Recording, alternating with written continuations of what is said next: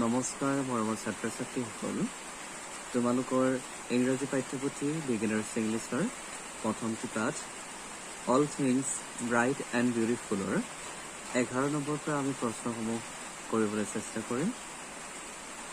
আশা কৰোঁ তোমালোকে এই ভিডিঅ'টিৰ জৰিয়তে বহুখিনি উপকৃত হ'ব পাৰিবা। This year on Earth Day you wish to send a greeting card to your friend. এই বছৰ ধৰিত্ৰী দিৱসৰ দিনা তুমি তোমাৰ বন্ধুলৈ এখন গ্ৰিটিং কাৰ্ড প্ৰেৰণ কৰিবলৈ মন Melissa.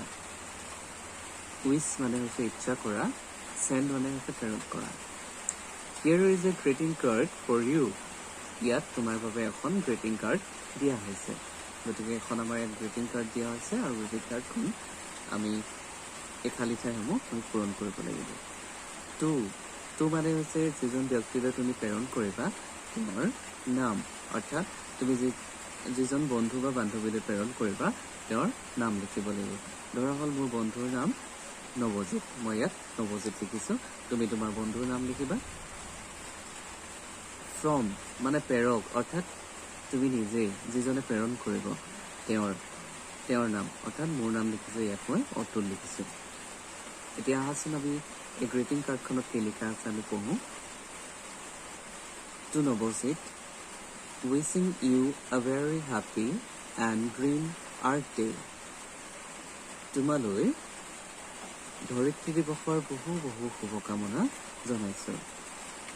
May we all work together to keep our earth clean. আহা আমি সকলোৱে একেলগে আমাৰ পৃথিৱীখন পৰিষ্কাৰ কৰি ৰাখিবলৈ নিজৰ নিজৰ কৰ্মত ব্ৰতী হওঁ। গতিকে এয়াই আমাৰ গ্ৰিটিং কাৰ্ডখন আমাৰ এনেদৰে এটা বাৰ্তা এজনে তেওঁৰ বন্ধুলৈ প্ৰেৰণ কৰিছে, অৰ্থাৎ অতুলে তেওঁৰ বন্ধু নৱজিতলৈ প্ৰেৰণ কৰিছে। We send greeting cards on occasions such as the New Year's Day and birthday. আমি গ্ৰিটিং কাৰ্ড কেনেকুৱা ধৰণৰ অনুষ্ঠানত বা কেনেকুৱা ধৰণৰ অনুষ্ঠান আয়োজন কৰিলে বা কেনেকুৱা ধৰণৰ অনুষ্ঠান আহিলে আমি প্ৰেৰণ কৰিব পাৰোঁ তাৰ এটা ব্যাখ্যা ইয়াত দাঙি ধৰিছে। আমি গ্ৰিটিং কাৰ্ড প্ৰেৰণ কৰিব পাৰোঁ নতুন বছৰৰ প্ৰথম দিনটোত, অৰ্থাৎ অকল প্ৰথম দিন বুলিয়েই নহয়, আমি নতুন বছৰ মানে জানুৱাৰী গোটেই মাহটোতে আমি আমাৰ বন্ধু বা বান্ধৱীলৈ আমি গ্ৰিটিং কাৰ্ড প্ৰেৰণ কৰিব পাৰোঁ। আৰু আমি আমাৰ বন্ধু আৰু বান্ধৱীৰ জন্মদিনত আমি গ্ৰিটিং কাৰ্ড আমি শুভেচ্ছা হিচাপে দিব পাৰোঁ। Complete the greeting card given বিলো টু উইচ ছামৱান এ হেপী নিউ ইয়েৰ। গ্ৰিটিং কাৰ্ডখন সম্পূৰ্ণ কৰা, তলত দিয়া গ্ৰিটিং কাৰ্ডখন সম্পূৰ্ণ কৰা। টু উইচ ছামৱান এ হেপী নিউ ইয়েৰ, তোমাৰ আটাইতকৈ মৰমৰ কাৰোবাক নতুন বছৰৰ শুভেচ্ছা দিবৰ বাবে তলৰ গ্ৰিটিং কাৰ্ডখন সম্পূৰ্ণ কৰা, অৰ্থাৎ এই গ্ৰিটিং কাৰ্ডখনৰ কথা আমাৰ ইয়াত কৈছে। You may choose words given in the box. তুমি এই বক্সত দিয়া, এই বাকচত দিয়া শব্দবোৰ বাছনি কৰিব পাৰিবা।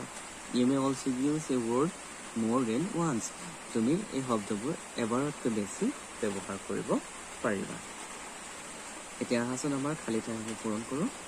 Witching you a very happy new year. ইয়াত আমাৰ এ ভেৰি হেপী নিউ ইয়েৰ আমি এইকেইটা শব্দ ব্যৱহাৰ কৰিলোঁ। তোমালৈ নতুন বছৰৰ বহু বহু শুভকামনা জ্ঞাপন কৰিলোঁ।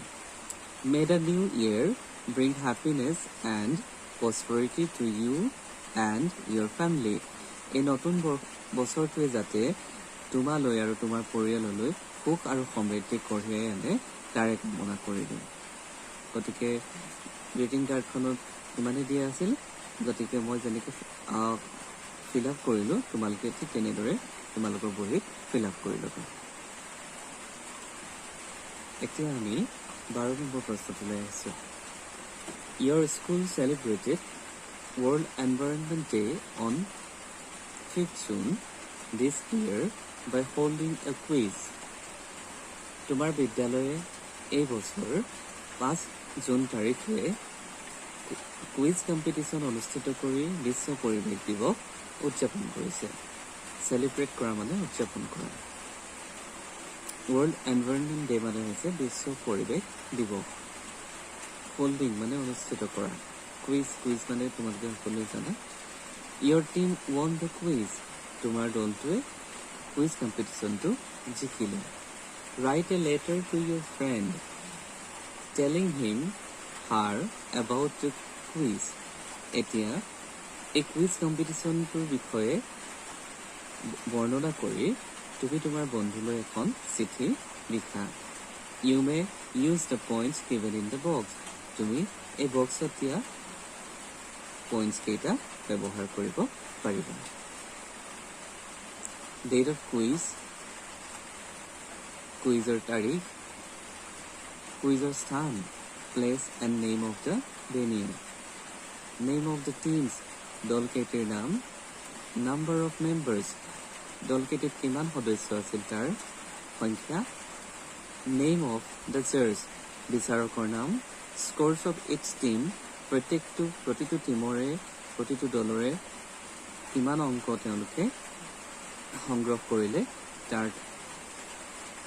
তাকো তোমালোকে উল্লেখ কৰিব লাগিব পইণ্টছ ইউ স্ক'ৰ তুমি কিমান অংক তুমি সংগ্ৰহ কৰিব পাৰিলা সেয়াও তোমালোকে কি কৰিব লাগিব চিঠিখনত তুমি উল্লেখ কৰিব লাগিব আৰু পুৰস্কাৰ বিতৰণ আৰু তুমি অনুষ্ঠানটো কেনেদৰে উদযাপন কৰিলা কেনেদৰে উপভোগ কৰিলা সেয়া তুমি চিঠিখনত উল্লেখ কৰিব লাগিব আৰু এটি নমুনা আমাৰ এতিয়া আছে গতিকে মই তোমালোকক এতিয়া চিঠিখন লিখি দেখাইছোঁ তোমালোকে চিঠিখনৰ ওপৰত এনেদৰে নিজৰ ঠিকনা লিখি ল'বা মই ইয়াত লিখিছোঁ Digboi post office Digboi police station Digboi district Tinsukia pin নম্বৰটো মই ইয়াত লিখি দিয়া নাই তোমালোকে নিজৰ পিন নম্বৰটো লিখি ল'বা আৰু এইফালে তোমালোকে তাৰিখটো লিখি ল'বা তাৰিখটো তোমালোকে ইয়াতো লিখিব পাৰা কিন্তু মই এইটো চাইডে লিখিছোঁ মাই ডিয়াৰ ৰাম মোৰ মৰমৰ ৰাম হাউ আৰ ইউ তোমাৰ ভালনে হোপ ইউ আৰ ফাইন আশা কৰোঁ তোমাৰ ভাল I am also' fine by the grace of almighty মোৰো ভগৱানৰ কৃপাত ভালেই we have not written letters to each other for a long time আমি ইজনে ইজনলৈ বহুদিন ধৰি কোনো ধৰণৰ চিঠি পত্ৰ লিখা নাই চ' সেইবাবে today I think of writing a letter to you সেইবাবে আজি এখন চিঠি লিখো বুলি ভাবিলোঁ you already know' that the World Environment Day is celebrated every year on 5th of June. তুমি ইতিমধ্যে জানা যে বিশ্ব পৰিৱেশ দিৱস প্ৰতি বছৰে 5 জুন তাৰিখে উদযাপন কৰা হয় সেলিব্ৰেটেড মানে হৈছে উদযাপন কৰা অলৰেডি মানে ইতিমধ্যে ন মানে জানা বা জনা World Environment Day মানে বিশ্ব পৰিৱেশ দিৱস This year we celebrated it in our school.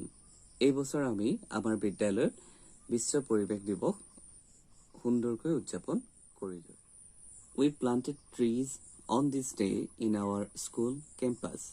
এই দিনটোতে আমি আমাৰ বিদ্যালয়ৰ চৌহদত গছপুলি ৰোপণ কৰিলোঁ On this day, our school organized a quiz competition among the students. এই দিনটোতে আমাৰ বিদ্যালয়ে ছাত্ৰ-ছাত্ৰীসকলৰ মাজত এখনি কুইজ প্ৰতিযোগিতাৰ আয়োজন কৰিছিল 6 teams participated in the quiz 6টি দলে এই কুইজ কম্পিটিশ্যনটোত অংশগ্ৰহণ কৰিছিল they are namely এই দলকেইটিৰ নাম হ'ল A B C and D respectively এই দলকেইটিৰ নাম ক্ৰমান্বয়ে A B C আৰু D Our headmaster, Mr. Pankaj Khonikor, inaugurated the quiz competition and was requested to become the chief judge.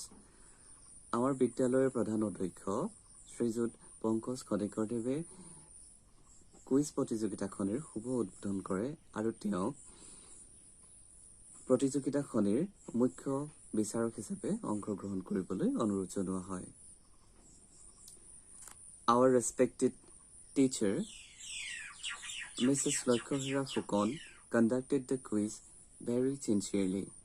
আমাৰ সন্মানীয় শিক্ষয়িত্ৰী শ্ৰীযুতা লক্ষ্যহীৰা ফুকন বাইদেৱে কুইজ প্ৰতিযোগিতাখনি খুব নিয়াৰিকৈ আৰু সুন্দৰকৈ পৰিচালনা কৰে। Our teams consisted of 2 members. আমাৰ টিমবোৰ দুজনকৈ সদস্যৰে গঠিত আছিল।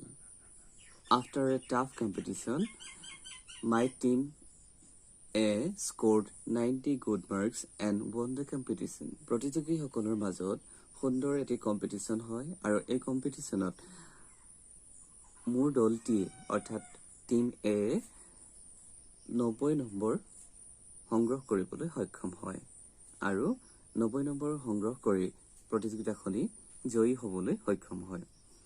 The other teams had also done well though we hold the first position. যদিও আমি প্ৰথম স্থান লাভ কৰিলো তথাপিও বাকি দলকেইটিয়ে খুব সুন্দৰ প্ৰদৰ্শন কৰিবলৈ সক্ষম হৈছিল। After the prize distribution ceremony, our program came to an end. পুৰস্কাৰ বিতৰণ অনুষ্ঠানৰ শেষতে আমাৰ অনুষ্ঠানটোৰ সামৰণি পৰে। Though we felt a little tired, যদিও আমি অলপ ভাগৰুৱা অনুভৱ কৰিছিলো, we all enjoyed the whole program with great enthusiasm. যদি আমি অলপ ভাগৰুৱা অনুভৱ কৰিছিলো তথাপিও আমি গোটেই অনুষ্ঠানটো খুব উৎসাহেৰে উপভোগ কৰিলো। Your loving friend, Ramesh. তোমাৰ মৰমৰ বন্ধু ৰমেশ। ইয়াত তোমাৰ বন্ধুৰ নাম আৰু ঠিকনা তোমালোকে ইয়াত লিখি দিবা। এনেদৰে চিঠিখন তুমি পোষ্ট কৰিব পাৰিবা।